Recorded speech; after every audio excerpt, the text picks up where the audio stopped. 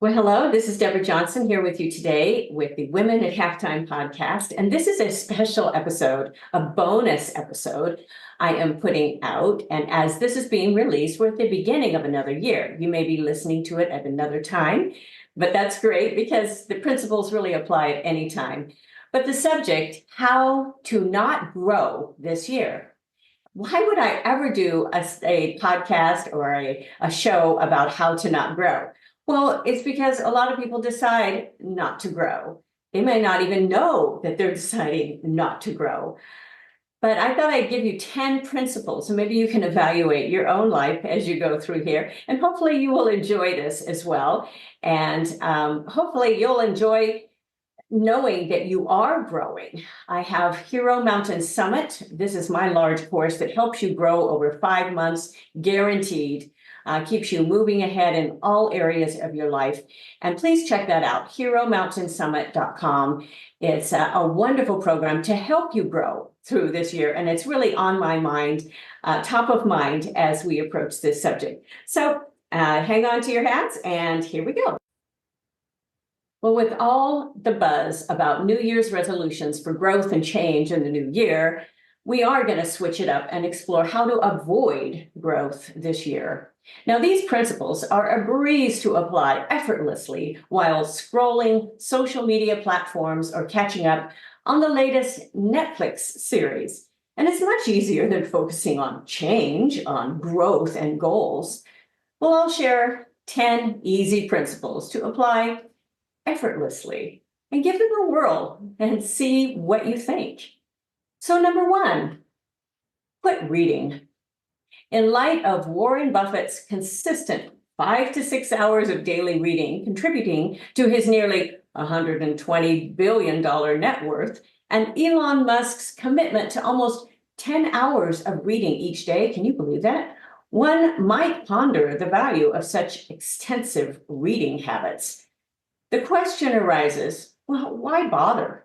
How can anyone possibly retain such massive amounts of information? And with these highly accomplished individuals dedicating immense time to reading, it begs the question of whether diving into substantial reading is a viable path for personal growth and success when we can be doing other things like sleeping. Number two, live in fear. Well, who can predict anything anymore? With the pandemic just behind us, there's probably another virus, a flu strain, or an impending, deathly dangerous illness lurking around the corner. And it's nearly impossible to venture anywhere these days with the ever-increasing dangers. The muggings, the robberies, they just seem to be the new norm. And at this rate, well, it just feels like the best option is just to secure my room with several bolts and just lock it up, call it a day, staying in my fortress and avoiding any trouble. Number three, ignore good nutrition. Well, the abundance of cookies, candies, and cakes, well, it's left me with more sugary delights than I could possibly consume in a lifetime, let alone a year. Well, stashing all of these delectable treats in the freezer is clearly a genius move for ensuring that I have a year packed with sweetness. And who needs the mundane offerings of fruits and vegetables when faced with such an array of tempting choices? Besides, well, let's not forget that all of these goodies come with their own version of healthy ingredients. Flour and eggs count as nutrients, right? And don't even get me started on the antioxidants found in chocolate. It's practically a health elixir. Number four, quit exercising. Well, why subject myself to the tyranny of a stationary bike or a treadmill ever again? Well, all that exertion, it just seems a tad excessive, don't you think? I mean, I do get my fair share of steps in, a constant back and forth shuffle from the refrigerator to my computer and occasionally to tackle the laundry pile.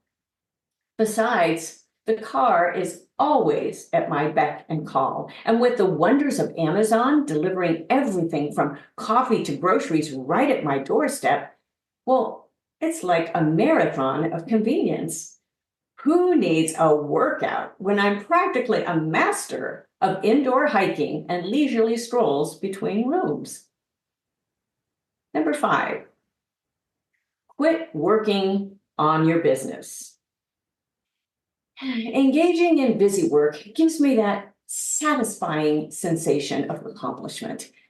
Tinkering with files and indulging in delightful conversations with ChatGPT for hours on end.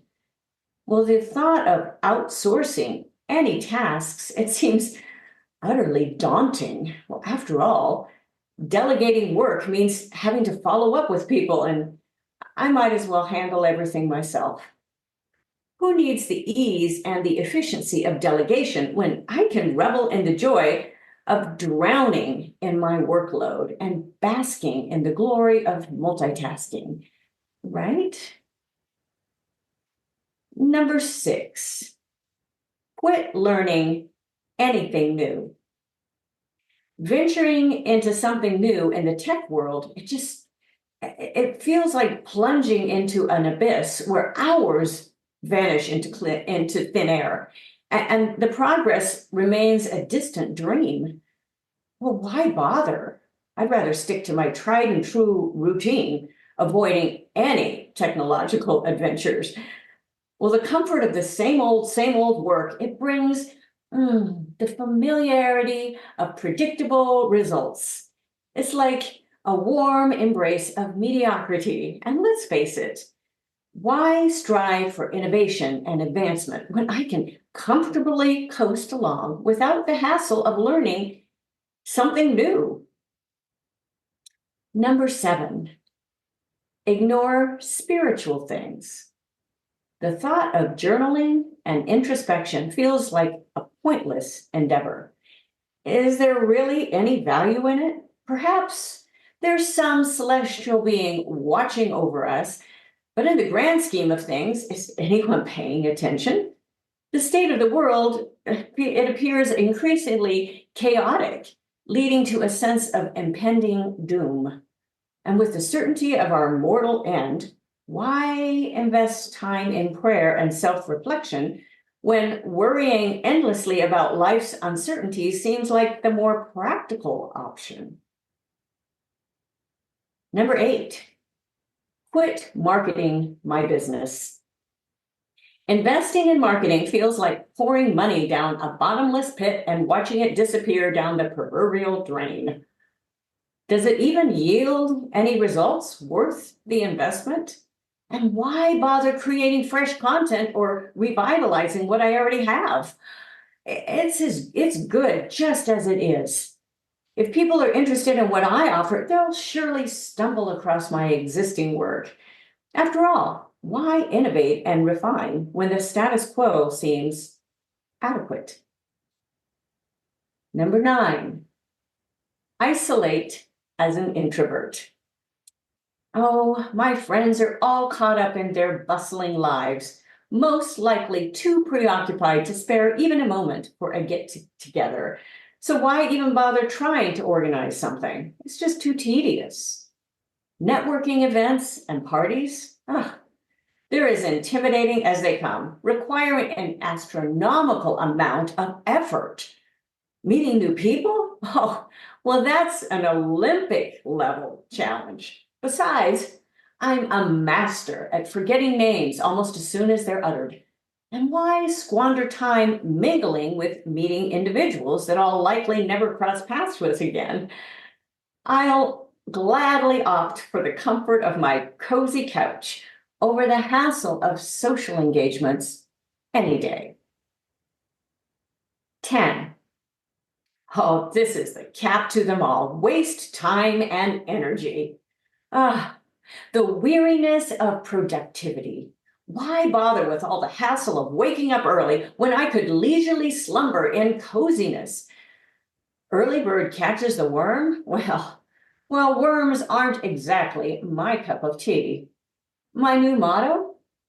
Embrace the leisurely pace lounge around, and watch time whiz by because let's be real, it's zooming faster than a supersonic jet. The future holds the inevitability of aging, so might as well revel in every gloriously wasted minute now while I still have the chance. The plan in action. The conflicting nature of resolutions. Well, here I am, unveiling my top 10 foolproof methods to thwart personal growth this year. Well, the plan was to kickstart all of these tactics immediately. But let's be real. Resolutions often vanish into thin air faster than a magician's disappearing act. So while I intended to dive headfirst into these growth-stifling strategies, well, I somehow find myself already committed to the early rising, the daily workouts, unwavering productivity, and maintaining a balanced diet. Well, perhaps I'll reconsider my anti-growth approach next year. But hold on to your hats, because despite my intentions, this year is earmarked for epic leaps in personal growth and smashing success. Well, who would have thought? Well, I hope you've enjoyed this, and I hope you spend some time applying some of these principles as well, or not applying some of these principles, the ones for your year. And again, check out the heromountainsummit.com. Make sure that you are getting our weekly articles, goalsforyourlife.com/newsletter, and that you are getting every single post, every single update from us. We don't spam you. We just send out what's new. We have a new podcast every week, sometimes bonuses. And we also have an article coming out every week. So I hope that you enjoy those, that you join us. Again, heromountainsummit.com. Check that out. I only open this up for individuals twice a year, only twice. So make sure it's dripped content, keeps you very accountable, and you get a lot of that connection here that will help you move ahead in your life. So thank you again for joining me today. And this has been just a blast for me. And I hope you enjoy, and we'll see you again next time. Bye-bye for now. Thank you for joining us. It is because of our wonderful listeners like you that we keep going strong week after week. We'd love it if you'd share and follow us to not miss a single show, and even write a review.